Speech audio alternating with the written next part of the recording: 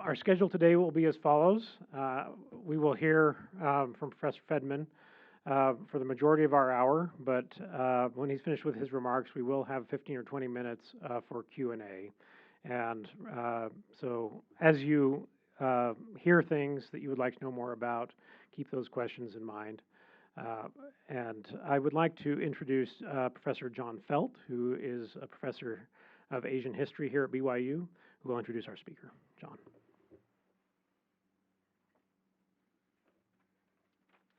Thank you. Professor Fedman did his graduate work at Stanford, where the two of us were classmates. We both have very fond memories of our years together there. After graduating, he moved on to the University of California at Irvine, where he is now an associate professor. His first book was Seeds of Control, Japan's Empire of Forestry in Colonial Korea. He's also co-editor of Forces of Nature, New Approaches to Korean Environments. With geographer Cary Karacas, he has also published extensively on the history, memory, and visual culture of the Japanese air raid. Together, they maintain the japanairraids.org website, a bilingual digital archive dedicated to documenting and disseminating information on this bombing campaign. Most recently, he has served as the executive producer for Paper City, a feature-length documentary about the firebombing of Tokyo on March 10, 1945. Recipient of the Audience Award at the 2022, the film will be released in theaters in Japan this month, and we'll be viewing it here on campus this evening. You should all go to it. Even as graduate students, he was showing me these maps of the air raids. These are maps created by the United States Air Force with sections just blacked out that they had bombed, they had demolished. And so this has been a long interest of David's, and I'm excited to hear more about it from him today. And with that, I will turn the time over to Professor Fedman.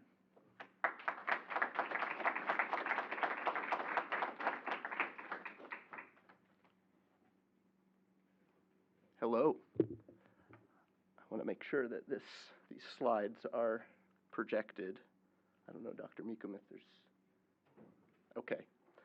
Well, thank you very much for the kind introduction. Thank you, Professor Felt. It's very good to see you for those remarks. Thank you to my hosts, Professor Meekum, Professor Scabland, and thank you also to the staff of the Kennedy Center for facilitating my visit. It's wonderful to be here. I want to apologize for plunging us into darkness in such a beautiful place, but I feel strongly that we need to explore this topic. I want to preface my remarks today with two notes. The first is to acknowledge the contribution of Cary Karacas, a close friend of mine, a longtime collaborator. He is a geographer at CUNY Staten Island, and much of what I'm sharing today is drawn from a book that we're co-authoring together. It's a book that explores the evolution of Japanese perceptions of bombing from World War I into the present. It's a big book. It looks at topics related to air defense, building inflammable fortress cities in the 1930s. Part 2 of the book explores the actual prosecution of the air raids against Japan, air raids that laid waste not just to Tokyo, but 64 other cities before atomic bombs were dropped on Hiroshima and Nagasaki. And it explores in part 3 the politics of memory surrounding these raids, asking why it is that most of these firebombings and the destruction they wrought have been all but forgotten. And so I'm going to dig into part 3 of the book by looking very specifically at the question of what to do with the dead. Which brings me to my second prefatory remark, which is to let you know that some of the images I'm going to project today are quite disturbing. They're difficult to look at. And I want, if you do feel uncomfortable, feel free to turn away, to close your eyes. But I do want to give you a heads up that we are going to be wrestling with some very grisly images of mass death. I want to begin, it would make sense to begin this talk Let's see, there we go, a little delay. It would make sense to begin this talk on just after midnight on March 10th of 1945, when a few hundred B-29s, bombers attached to the U.S. Army Air Forces, descend on Tokyo and release 1,600 tons of napalm in the form of M69 cluster bombs. That these spark a fire in the most densely populated, built-up portion of Tokyo, the Shitamachi, the Low City. This is one image of the aftermath of this incendiary raid that quickly tears through approximately 16 square miles of urban fabric in just a few hours. I want us to think today about scale. Here we're looking at an aerial image of this destruction. This is a little bit closer to the ground, what Tokyoites themselves were dealing with in the aftermath of this raid. It would make sense to start here, but I actually want to begin instead in the summer of 1967. That June, workers digging a tunnel for the expansion of the Monzen Nakacho station, Tokyo subway station, in Fukugawa Ward, in the eastern part of Tokyo, the low city, the Shitamachi, unearthed the skeletal remains of 6 firebombing victims, 4 adults and 2 children. They were entombed in an air raid shelter, one about the size of a home shelter, suggesting that this was likely a family. Surrounding them were buckets, pumps, and other firefighting implements, reminders of an air defense and fire suppression system that collapsed in the face of this conflagration. Survivors of this firestorm, many of them experiencing it as children, now adults, found in this discovery a call to action. Up until that point of 1967, a historical amnesia surrounding these firebombings had taken deep roots in Tokyo and across urban Japan. Due to reluctance to upset ties with the United States, a key Cold War patron, the primacy of narratives of atomic victimization, and post-war geopolitics, the Japanese government had confined these raids, these firebombings, to a small back room in national memory. If Japan had bomb victims, they hailed not from Tokyo or Kobe, but from Hiroshima and Nagasaki, the twin tragedies seared into the national psyche. The destruction by fire of dozens of cities across Japan had, by 1967, been all but forgotten, and this includes what came to be known as the Great Tokyo Air Raid, a raid that claims in a few hours 100,000 lives, most of them women and children. According to the research of Matsuda Sozo, a journalist and activist, the Asahi Shimbun, one of Japan's flagship newspapers, most widely read dailies, ran just 4 stories on the firebombing of Tokyo in 20 years following the war. One 1970 survey of middle schoolers in Tokyo's Koto ward, utterly destroyed on March 10th, showed that while a solid majority knew about the bombing of Hiroshima, a bare 15% were aware of the firebombing of their own cities, the destruction of the very neighborhoods, the blocks in which they lived. The discovery of these remains, coinciding as it did with growing public outrage in Japan over the Japanese government's support of the U.S. bombing campaign in Vietnam, a campaign waged largely with napalm, galvanized many of these survivors into action. The fate of these nameless remains was an all too common one for those lost in the raids. These survivors thus took it upon themselves to record the lists of the dead, to commemorate, and to hold their own government accountable for its silence, a government run by many of those with strong ties to the wartime establishment. One writer in particular responded to this incident with his pen, Saotome Katsumoto, a pivotal figure in writing and memorializing the Great Tokyo Air Raid. And his early writings are really fixated on giving these 6 nameless victims a voice. Who were they, he set out to ask, to explore in a handful of writings across the 1960s. Now, I begin in 1967 for 2 principal reasons. The first, simply put, is that I couldn't tell the story that I'm telling today without these memory activists, without the response that it catalyzed. Saotome Katsumoto and dozens of other Tokyoites sprang into action to memorialize while they still could. They took to the streets to solicit letters, oral histories, documents, photographs, anything that they could capture to convey the reality of this raid for posterity. And it's thanks to those efforts that we now have a 5-volume compilation of the ground level experience of the Great Tokyo Air Raid, the Tokyo Daikushu Sensaishi, from which Cary and I draw extensively in our own research. But I also start here because it speaks directly to the organizing principle of this forum: building, or in this case, rebuilding, a civil society. What is more essential to reconstruction in the wake of war and disaster than interring the dead?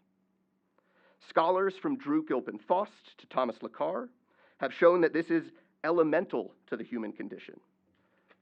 The work of the dead transcends time and place.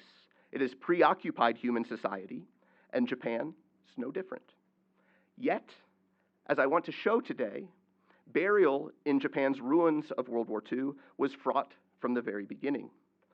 Those lucky enough to survive themselves soon found them and their families struggling to lay their loved ones to rest on their own terms.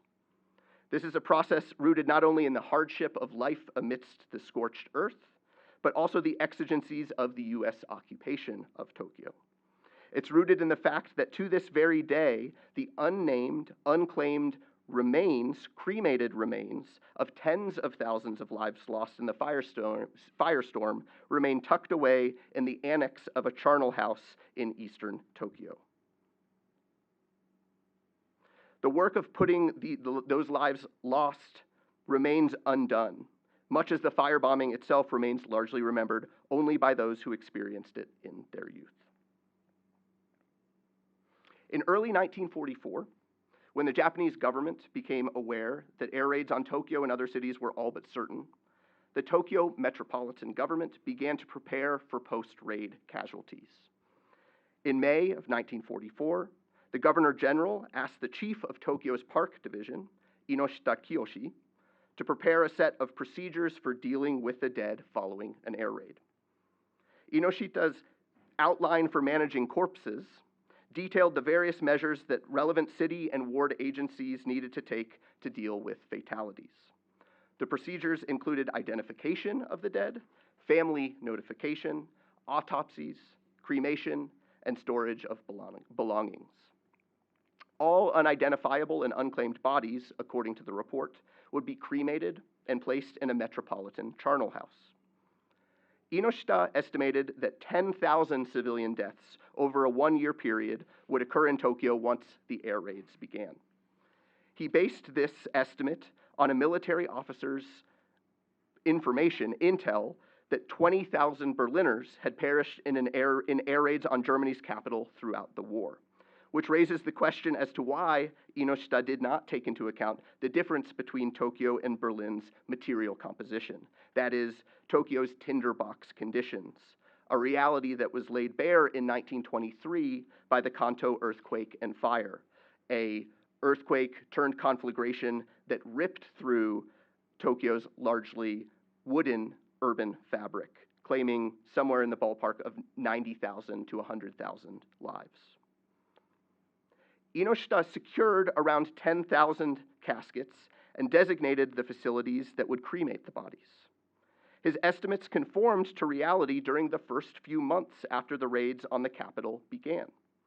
The few dozen raids on Tokyo between late November 1944 and early March killed around 2,300 Tokyoites.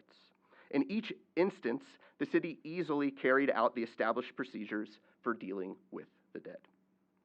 The March 10th raid, however, made a mockery of Inoshita's casualty projections. The magnitude of death, the complete destruction of an entire region of the city, and widespread chaos absolved the government of its obligations to the corpses, precluding almost all possibility of dealing with body identification, notification of next of kin, autopsies, caskets, and cremations. All around us, recalled Yoshiko Hashimoto, who survived the firestorm only by throwing herself in the frigid waters of the Sumida River. Quote, countless bodies lay scattered about. Human beings had been transformed overnight into objects resembling mummies, charred sticks, inflated balloons, and ragged pieces of cloth, end quote. Identification was the preoccupation of survivors in the immediate aftermath of this raid.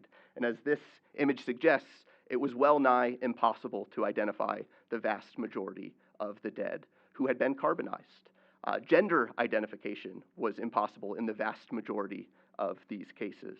Nevertheless, those survivors of this raid set out in the hours and days after March 10th to try to account for their loved ones, those who they had been separated from in the chaos of the raid.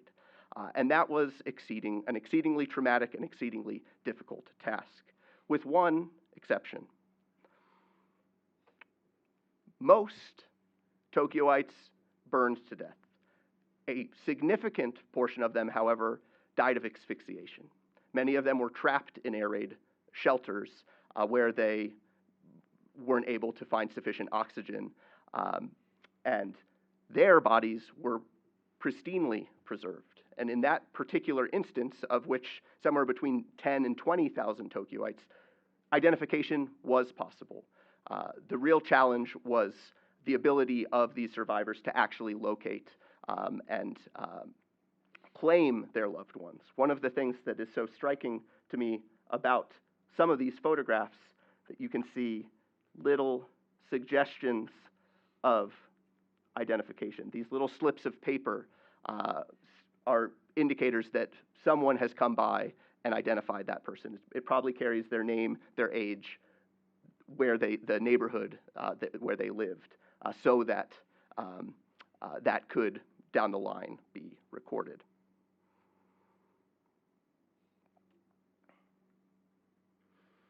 These posts, these notifications also shot up all over the eastern wards of Tokyo. Desperate pleas, written pleas from families for any sort of information on where their family members might have been, or if someone had seen a body that they recognized, they would try to record it in these billboards so that someone might have a lead to track down the body of their loved ones, their family.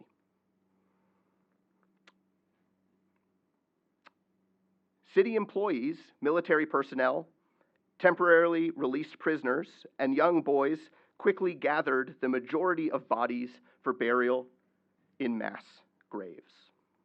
Among the largest mass graves were those at Kinshi Park, Sarue Onshi Park, and Jishi Park, almost all of them in the eastern wards of the Shitamachi, where an estimated 8,000 to 10,000 bodies were deposited in each of these sites.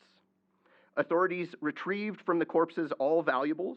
Many people, after all, had fled with precious jewelry and life savings, which became the property of Tokyo and the central government.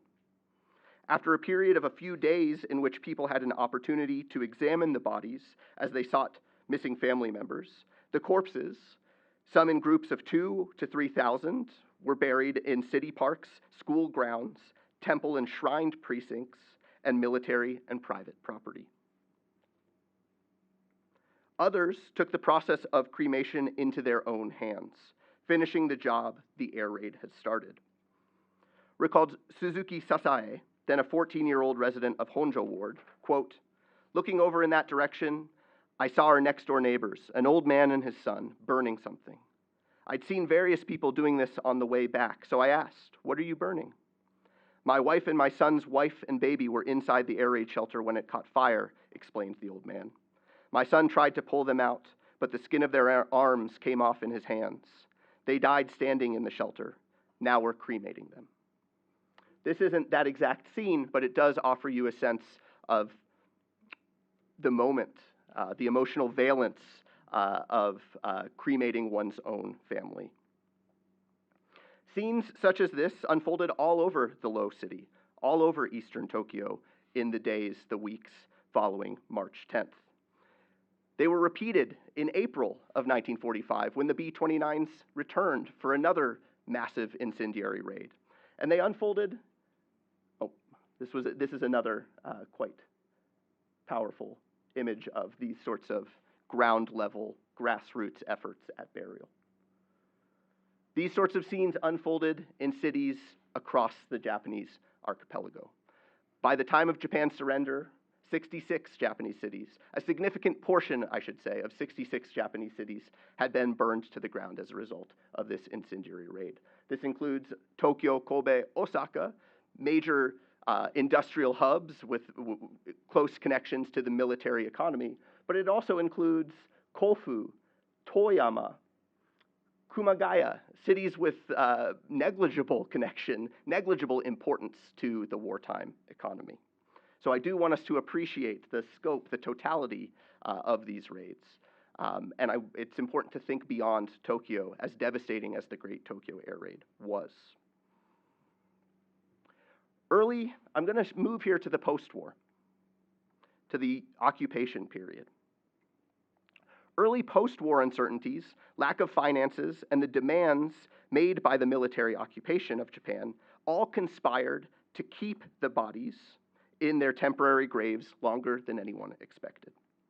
The city, well aware of the Herculean task of exhuming over 100,000 corpses and finding a permanent resting place for them, opted to let matters lie for months. As a result, some of the city's parks used as burial sites began to take on the appearance of cemeteries. Bereaved relatives independently set up memorial tablets and elaborate private gravestones at park locations that they suspected held relatives. Priests conducted unauthorized memorial services at the parks. Simultaneously, people reported the appearance of ghosts of air raid victims near these mass graves. Even police assigned to Ueno Park claimed to see the ghosts, prompting some to refuse to patrol the area. Following Vico's observation that burying the deceased is one of humanity's universal institutions, it's no surprise that the bereaved wanted a permanent resting place for their dead. Their regular appeals, together with those of property owners whose land had been used for makeshift graves, pushed the Tokyo Metropolitan Government to establish a semi-governmental body called the Tokyo Memorial Association, the Tokyo to Ire Kyokai, in August of 1946. Inoshita Kiyoshi, retired from the Planning Department's Park Division, became the association's first director. Inoshita's proposal for dealing with the dead, that a metropolitan charnel house for the air raid victims be constructed on city-owned land that already hosted another charnel house for Tokyo's military dead, drew immediate opposition. In 1937, the Imperial Army had donated to the city of Tokyo a portion of land in Koishikawa Ward, immediately north of Korakuen Gardens, in order for the city to build a memorial tower to honor Tokyoites killed in battle. While the building of the tower was delayed, the city constructed in 1947 a charnel house on the site that by the end of the war held the cremated remains of over 5,000 soldiers. The Tokyo Association of Bereaved Families, representing relatives of Tokyo's military war dead, adamantly opposed Inoshita's plans on the grounds that a distinction needed to be maintained between civilian and military dead. After 2 years of unsuccessful attempts to negotiate the issue, Inoshita met on several occasions throughout 1948 with the person invested with the authority to make a decision, Lieutenant Commander William Bunce, chief of the Religions Division in the Civil Information and Education section of the occupation's general headquarters. Bunce, while sympathizing with the need to honor those killed in the air raids, deemed the proposed site inappropriate due to its current use as a memorial space dedicated to deceased military personnel. He directed that Tokyo instead use another metropolitan charnel house, the Earthquake Memorial Hall, as the location in which to store the remains of air raid victims. It's important to consider here the origins of the Earthquake Memorial Hall, given that it subsequently played a central role in how the Tokyo air raids were experienced and subsequently memorialized. During the Great Kanto earthquake and fire of September 1st, 1923, roughly 1.5 million Tokyoites evacuated to the city's public parks and plazas. Many residents of the densely populated industrial Honjo ward, the same ward targeted on March 10, 1945, sought refuge at a former Army clothing depot, which was then being converted into a municipal park. Haven turned into horror, though, as a firestorm swept upon them from all sides. Among the 90,000 people in Tokyo killed by fires in 1923, up to 44,000 died at this single site alone. The extreme temperatures were such that the sex of the victims could be determined for just 5,000 bodies. You can see it here. This is a map of the geography of the death toll with distribution by sex.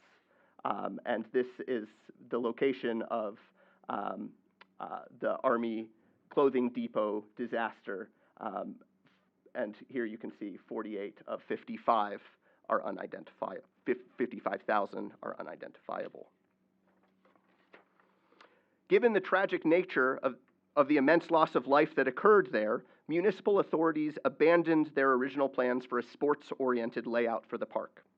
They instead decided to turn the space into a memorial site, the central feature of which would be a charnel house to holding the cremated remains of Tokyo's 58,000 unidentified and unclaimed victims of the 1923 fires. On September 1st, 1930, the 7th anniversary of the catastrophe, Tokyoites poured into Yokohama Park, site of the newly built Earthquake Memorial Hall, to inaugurate the structure and the park. Even Emperor Hirohito made an official visit to the memorial as one of 6 stops during his tour of the city in March 1930. From that year forward, an annual memorial service has been held at the park on the anniversary of the earthquake. Yokohama Park, pictured here in its present form, became the commemorative and ritual space at which the city remembered the Great Kanto earthquake and memorialized those killed in it. It's important to note, though, that authorities were selective about who would be publicly remembered. The thousands of Koreans murdered by mobs and labor activists and anarchists murdered by Tokyo police in the chaotic aftermath of the earthquake were not included. And the Koreans would have to wait until 1975 to have a memorial dedicated to their memory added in Yokohama Park.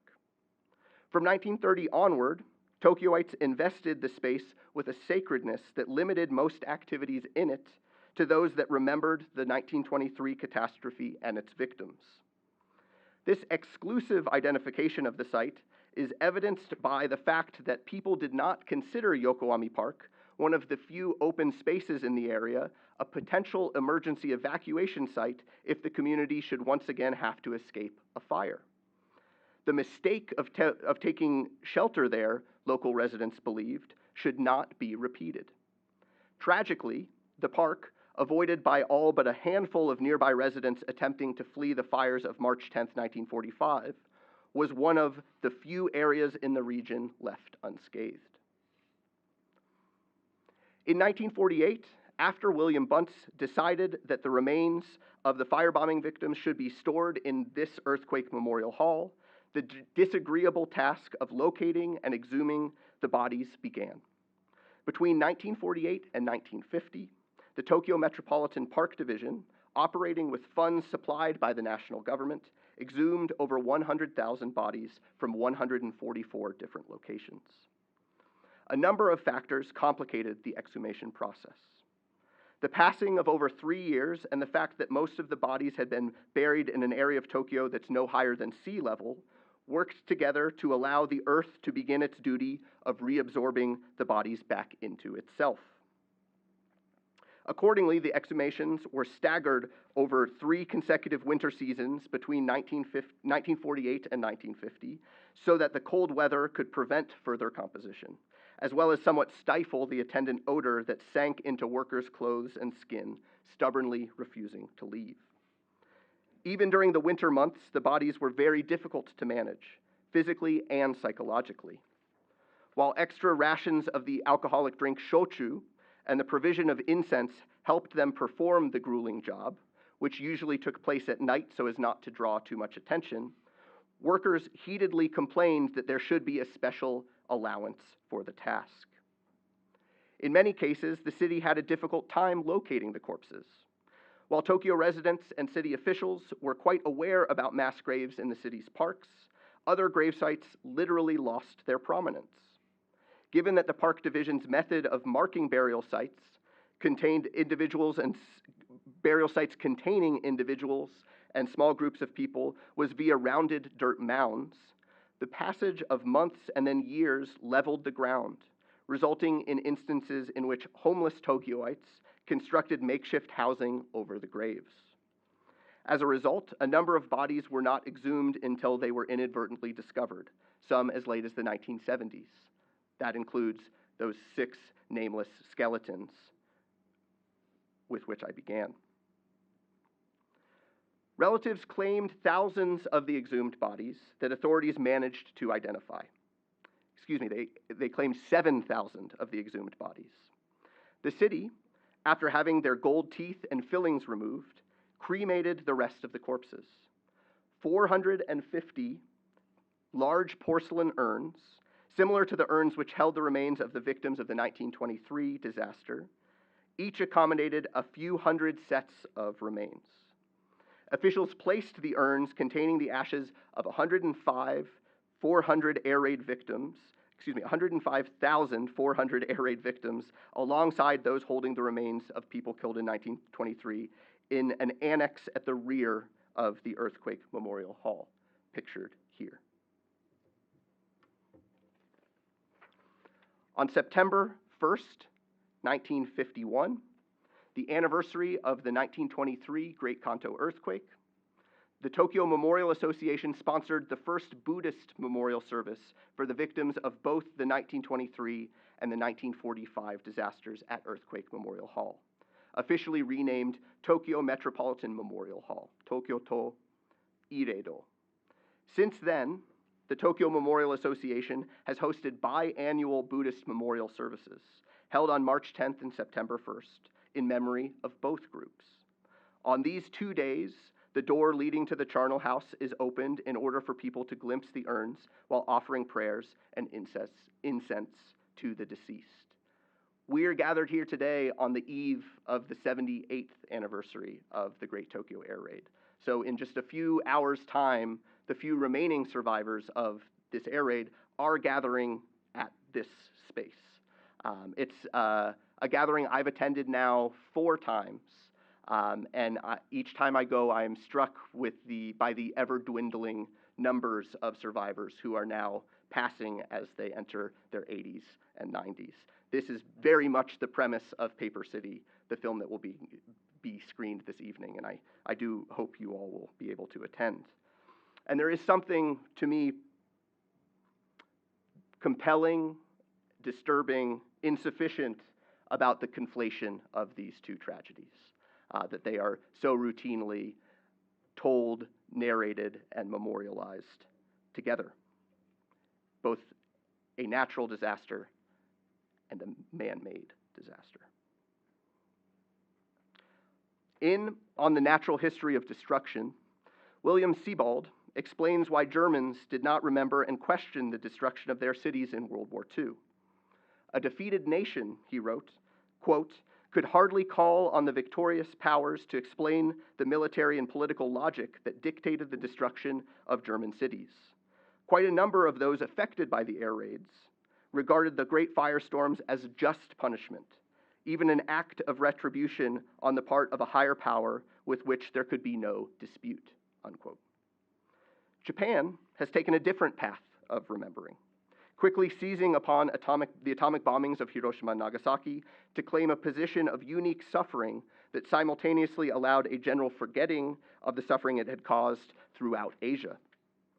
One unexamined aspect of this selective memory is that any sustained attention given to the firebombing of urban Japan would have threatened the positioning of Japan as victim, as it has embraced the aerial bombing of many Chinese cities, Chongqing chief among them, which was subject to ruinous incendiary raids conducted by Japan's own military. Social geography, moreover, most certainly plays a role in the public forgetting that the Tokyo air raids occurred, as the human devastation wrought by the March 1945 firebombing was confined to a working class and artisan section of the city. The most densely populated, most densely built up parts of Tokyo were also the poorest.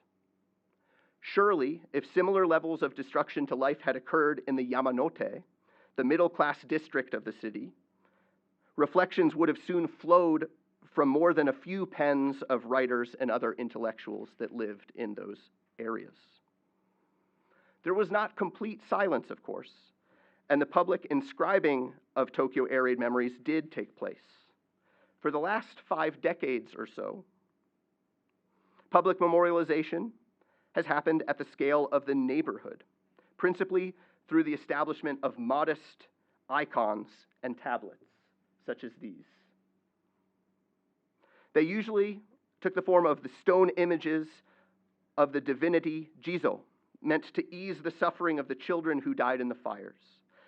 Bronze images of Kannon, the Buddhist goddess of mercy, and stone memorial tablets, Irehi. Individuals, neighborhood groups, and temples established and maintained these memorials in dozens of locations throughout the wards devastated by the March 10th air raid. They're usually found at or near areas where a large number of people perished, such as the corners of intersections, school and park grounds, and near bridges spanning the Sumida River, or one of the many canals in the area. These memorials were, in fact, my personal gateway into this topic. I had heard legend tales of Tokyo's utter destruction and was, as a student studying abroad there, struck by the fact that there were no physical traces, no suggestions of this history. And it was only once my Japanese got good enough that I could understand what these little memorials, these little tablets that were littered throughout these eastern wards were saying, that I began to understand some of the dynamics that are at work here. I began to become aware of this larger project and really crusade of grassroots memorialization. That in turn led me to the Air Raid and War Damages Center, a memorial museum created by survivors of this air raid. And it was through my conversations with the survivors that created this museum that Cary and I decided we should embark on a project of public history, of oral history. We have since recorded the stories, the testimonies of about 20 survivors and made them available in a digital archive that we maintain, japanairraids.org. This is in addition to thousands of pages of documents in both English and Japanese that we have culled from archives in both places. And our hope is that this can serve as sort of a resource to stimulate further scholarship on this topic, further reflection on this topic, and also to really center the people themselves so that we can understand kind of the civilian experience of this firestorm. And that has culminated in the making of Paper City, which tells the story of 3 of these survivors who I have gotten to know quite well over the years. I'm going to stop here. Thank you for your attention, and I very much look forward to your questions and comments.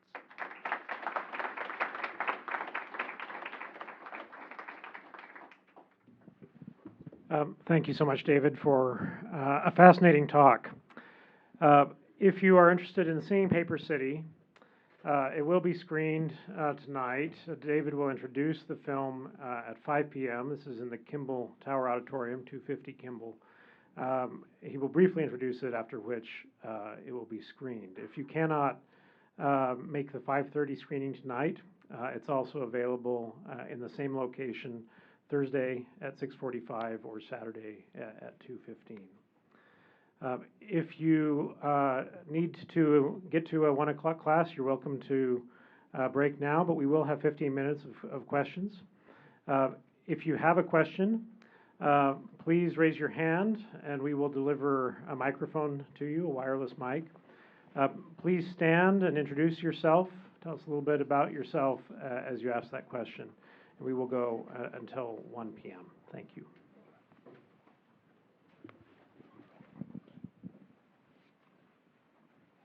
Please.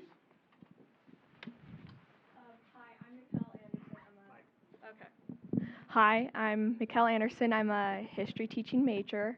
On the map, I saw that either Hiroshima got attacked as well. And so you kind of mentioned how Japan stayed away from remembering this to remember the atomic bombs. And so in that location right now, are there memorials to the firebombing? And is it at all mentioned like in the same breath as the atomic bombs? Thank you very much for your question. It's far more complicated than how I have presented it thus far. For the sake of time and streamlining, I didn't give that particular topic as much attention as it deserves. Hiroshima was not firebombed. Quite deliberately, it was preserved as a blank slate to show the awesome power of the atomic bomb. It was one of 4 cities alongside Nagasaki, Kokura, and Kyoto that were put on a no-bomb list until the end of the war, in part in anticipation of atomic bombs being dropped. I don't want to suggest, though, that the Japanese government or Japanese society as a whole has sufficiently reckoned with the atomic bombing itself. And here I'm thinking very specifically of hibakusha, the bomb blast survivors, sort of a overwrought literal translation. Those who experienced the atomic bombs and survived it have very much been stigmatized themselves. They've fought their own crusade for recognition from the Japanese government for the ailments, for their exposure to radiation as a result of that bombing.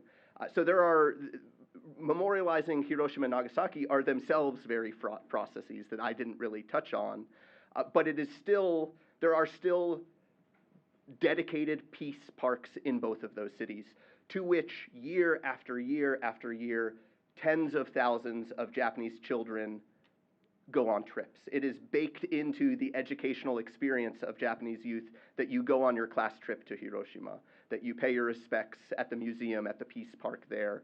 They are intimately familiar with the story, the tragedy. And for a lot of older Japanese, this narrative absolves them from reckoning with their own complicity in the war. There are lots of questions about personal responsibility. The narratives that emerge in the post-war very much pin responsibility on the Class A war criminals who are found guilty, some of them hanged as a result of the Tokyo War Crimes Tribunal. Because of the so-called kind of Tokyo Tribunal view of history, most ordinary Japanese people feel comfortable pinning blame on those figures and not really thinking about how they, as teachers and factory workers, may have also contributed to the war itself. So there are a lot of dynamics that are at work here, but it is nevertheless it remains the case that there are no dedicated public memorials to the great Tokyo air raid. And that stands in very sharp contrast to both Hiroshima and Nagasaki.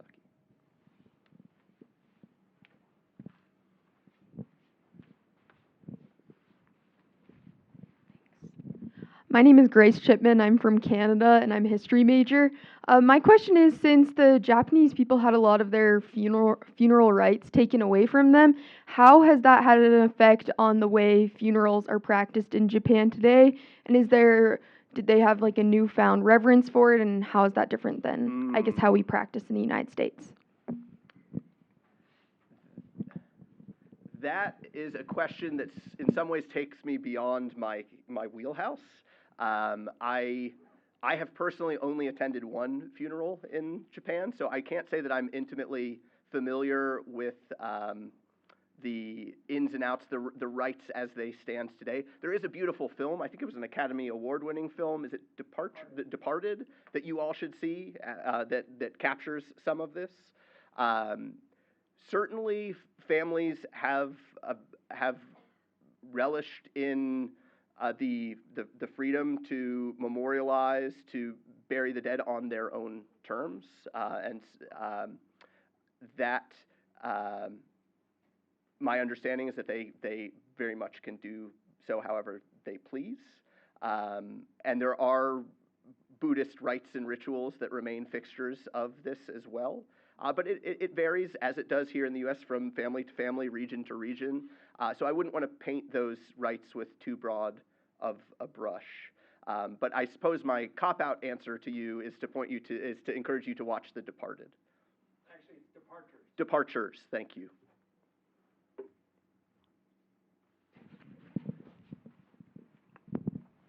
Hi, my name is Cyrus Lee. I'm an anthropology major. I was going to ask, a big piece of media that I know that has to do with the bombing is Grave of the Fireflies.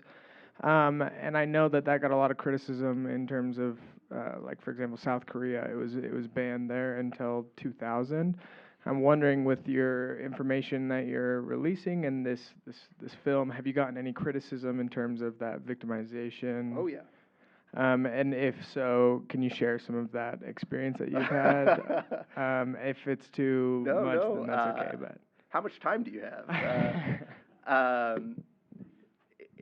It is complicated. These are raw issues. They're multidimensional, as you mentioned. These sorts of memorial politics have very real geopolitical implications in the present day, be it involving South Korea, China, or elsewhere in the U.S. as well. I would say the fiercest criticism that we have received comes from the U.S. Any sort of writing about World War II that cuts against the grain of the good war, this entrenched narrative, is going to invite fierce criticism. And one of the things that Cary and I are constantly negotiating in our writing is the accusations of apologism. The last thing, I'm a scholar of the Japanese Empire. I wrote a book about the brutality of Japanese colonial rule in Korea, among other things. We are very clear-eyed about that. We're not trying to sideline that or defend Japan's actions during the war, far from it. So one of the challenges for us is to write a book that recognizes that, but that also raises unsettling moral questions about the targeting of civilians by the U.S. military. And this is a story that extends well beyond Curtis LeMay. You'll see here a link to our review of Malcolm Gladwell's recent book. I don't know if any of you have had a chance to read it, and it is sort of a hagiographic account of Curtis LeMay, the general who oversaw this incendiary bombing campaign. And it's deeply problematic on so many levels. But first and foremost is that it pins this story to one man. This is a story of an entire government mobilizing all the resources it has at its disposal to weaponize fire. It's a story that involves chemists testing incendiary bombs right here in Utah at the Dugway Proving Grounds on model Japanese buildings. It's a story that involves architects and engineers. And so one of the things that we're trying to do in our own writing is to really shed some light on how multifaceted this incendiary bombing campaign was. It's not the story of one man, it's the story of an entire branch of the military, and with government support, mobilizing those resources. And we make very clear that by 1942-43, the US government had more or less accepted the targeting of families, gathered under the nebulous category of industrial workers. So Japanese spaces in the planning documents are cast as singularly military or industrial in their composition. And it's through that logic that they're able to justify their incineration, that these are sites that are inextricably bound to the wartime economy. This is total war. We're completely justified to burn them to the ground. Well, if you look at what how they're actually planning and prosecuting the bombing, these are homes. These are residences involving women and children as well. And by March of 1945, most able-bodied men were off fighting the war, or they'd been sent to conduct labor outside of Tokyo. So the significant majority of those lives lost are women and children, who are those who remained in the city at that point. This is all to say that it is complex, multifaceted, and that's the nature of total war. Cary and I are both very much allergic to simple black and white stories about World War II. And one of the things we're trying to do is kind of shake those up a little bit. And most certainly we have received some responses from less than pleased readers.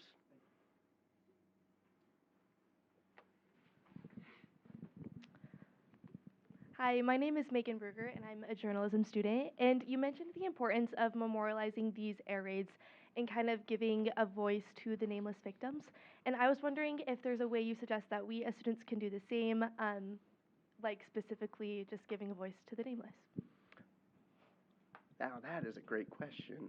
I think names are really important.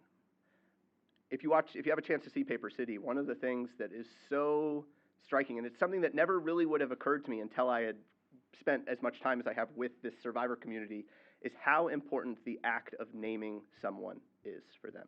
What upsets them the most is this idea that the remains in Yokoami Park are mixed in, they're unclaimed, unnamed, and those ashes are mixed together with other victims.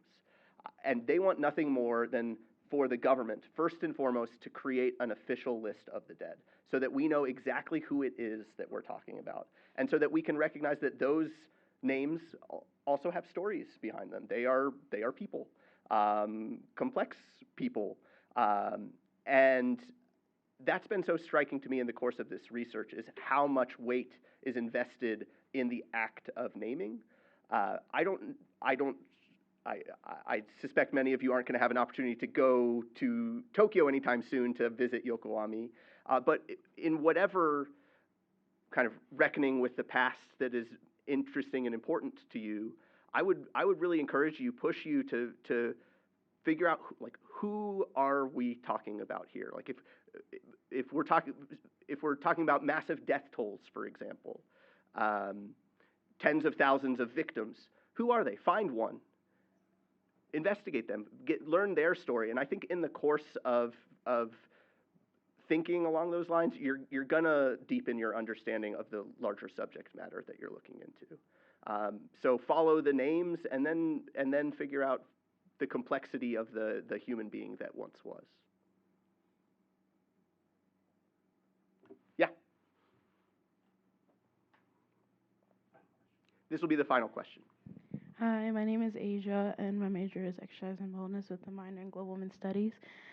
So kind of like piggybacking off those last two questions, I know you said you received like a lot of criticism from the US and like doing all this research and stuff. My question is, do you have any advice for us, like as far as like sparking that conversation, because that's what needs to happen in order for people to get this information and know. For example, me, like until this lecture, there was a lot of things about like this raid that I didn't know, and that's like not taught in U.S. schools or like in U.S. history. It's kind of just like glassed over. So do you have any advice for like sparking that conversation, and do you think having conversations is the way for us to not repeat our history? Thank you, Asia. That's an excellent question. Read. Media in this moment, I think, is all important. To me, it has been really kind of revelatory how much this making a documentary has changed public engagement on this issue. Cary and I have been writing and publishing on this topic for a decade now, publishing largely in academic journals, and we're very pleased to do so. And we've garnered a strong response from other scholars and sparked a debate intellectually that is rewarding to us and important. But this documentary, now that it's out in the world, it's being screened here, it's now in theaters in Japan, has really touched off a wave of discussion of this issue, especially in Japan, in ways that no academic article ever could. So if you have ways to tell stories beyond words on a page, I would encourage you to pursue that. And I'm learning as I go. I am not a filmmaker by any measure. And I'm going to make very clear in my remarks this evening that the artistry and cinematography that you are going to see in the film, I had absolutely nothing to do with. But I do come away from this process more convinced than ever that the way to break through, if you have a story that really needs to get out there, you need to tell it in multi-dimensional media forms.